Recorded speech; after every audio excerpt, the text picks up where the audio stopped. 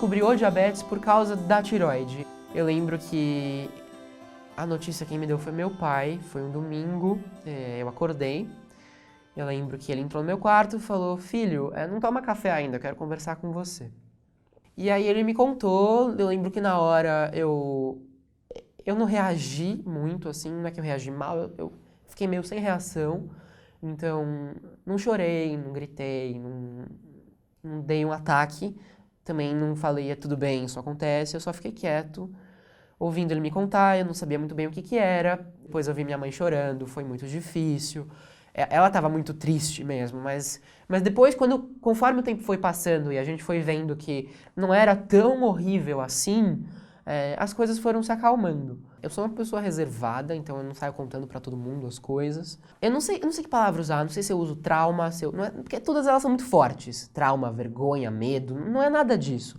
Mas é esse pé atrás em falar. Eu nunca gostei de falar essa palavra pra começar. Então, isso já era difícil. Então, foi um momento em que, foi um ano depois do diagnóstico, então já tinha um tempo de doença, eu falei, alguém precisa saber. Assim, tá na hora de eu contar pra alguém. E esse tá na hora que foi muito difícil. Foi uma luta interna, sabe? Foi uma batalha mesmo. Devo, não devo. Eu sabia, sim, devo. Mas aquela coisa de como é que eu vou falar na hora, como é que eu vou sair. E pensando agora é tão simples, é só falar, eu tenho diabetes, 3 palavras. Mas na hora aquilo tudo era o fim do mundo, e mesmo ela sendo uma das minhas melhores amigas de todas, uma das pessoas que eu mais confio no planeta, e a gente contou milhões de coisas um pro outro, mas aquilo eu não conseguia contar. E aí quando eu contei foi bom, porque me aliviou, porque eu consegui. Foi tudo de uma hora para outra, esse momento difícil que foi alívio, que falei, puxa, então agora isso me deu forças para contar para outras pessoas, sabe? Sabendo que não ia alterar grande coisa e que eu não precisava ficar tão encanado assim em chegar e falar, chegar e contar para alguém.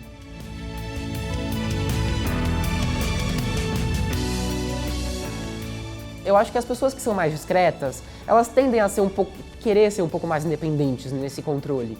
Então, ela é discreta, ela não quer ficar falando pra todo mundo porque ela acha que ela pode se cuidar sozinha, é um problema dela. Eu sou um pouco assim. Antes do almoço, se eu precisasse medir glicemia, eu não gostaria de pegar no meio da sala de aula, pôr na mesa porque, enfim, isso ia chamar a atenção de todos os alunos, e eu não preciso que todo mundo saiba. Então, como é que eu fazia até então, antes de usar um sensor?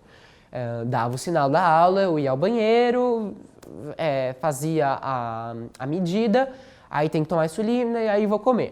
Existe uma certa preguiça de fazer isso, porque você tem que ir lá e, enfim, é uma coisinha que, apesar de ser rotina, dá preguiça. E com o Libre, como você só passa no braço, em 1 minuto ele faz blup, e aparece um número, isso facilita muito na hora de você medir. Então, eu acabei medindo mais vezes. Quando você mede mais, o seu controle tende a ficar melhor, porque você tem mais informação pontual, você tem mais informação